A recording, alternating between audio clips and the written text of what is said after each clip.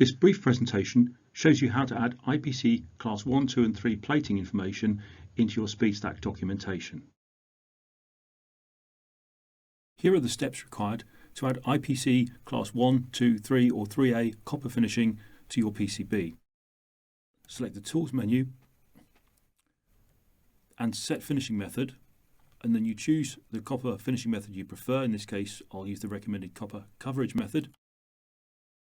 And at the bottom half of the dialog, the copper finishing allows you to add Class 1, Class 2, Class 3, Class 3A copper finishing, and you can select which class of PCB you're specifying here. So I'll specify this as a Class 2. All of these class names are user definable, so if you use a different nomenclature, then you can edit that within the class name fields. And likewise, in your facility, you may choose to have a slightly different layer value of copper plating to add on, so that's also customizable both in the copper coverage and in the simple percentage method.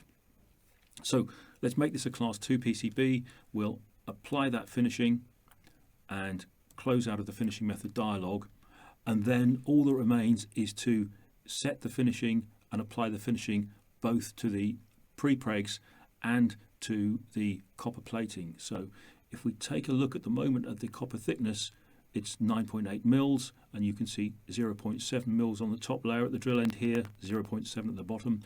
I'll now apply the finishing, and it applies all finishing to the PCB, and you can see the copper is now 1.5 mils, so we've added 0.8 mils of copper, and the total copper thickness has gone up to 11.4 mils.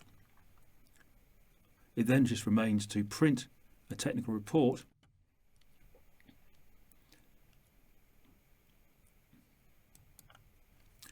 And on the technical report, you can see that the copper finishing and the IPC class is now documented as Class 2 with copper coverage of an extra 0.8 mils. And it's as simple as that. Applying the IPC classes in Speedstack 2020 is now just a case of entering the class within the copper finishing dialogues.